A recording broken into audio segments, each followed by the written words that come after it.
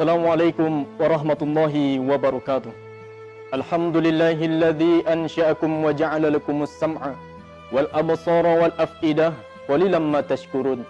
Ashhadu an la ilaha illallah wahdahu la syarika lah wa ashhadu anna Muhammadan 'abduhu wa rasuluh sallallahu alaihi wasallam.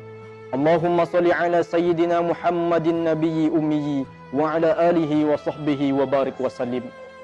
Sahabat Polri yang presisi dimanapun berada, ketahuilah kaum muslimin, sesungguhnya bagian bumi yang dicintai oleh Allah adalah masjid-masjidnya, tempat yang merupakan manusia beribadah kepada Allah, tempat yang disebut padanya nama Allah.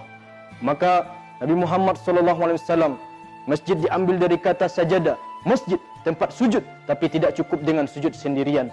Maka Nabi Muhammad SAW ketika sampai di Kuba hari Senin, 4 hari 4 malam Nabi di Kuba, berdirilah sebuah masjid, namanya Masjid Kuba. Dari Kuba ke Yasrib, beliau berhenti di kampung Bani Salim, solat Jumat di kampung Bani Salim, tempat Nabi solat Jumat pertama kali itu. Belakangan didirikan sebuah masjid, namanya Masjid Al-Jumu'ah. Ketika sampai di Yasrib, berubah namanya menjadi Al-Masjidin Nabawi. Didirikan sebuah masjid, dinisbatkan kepada Nabi, Al-Masjidun Nabawi.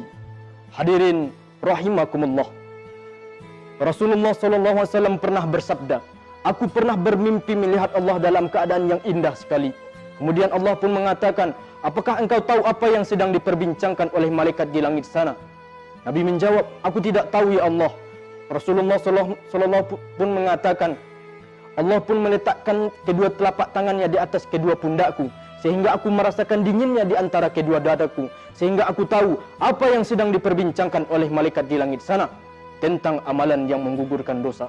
Wa amal kufarat, adapun amal yang menggugurkan dosa, melangkahkan kaki kita menuju solat berjamaah di masjid, menunggu waktu solat sampai solat berikutnya, menjaga wudhu di waktu-waktu sulit.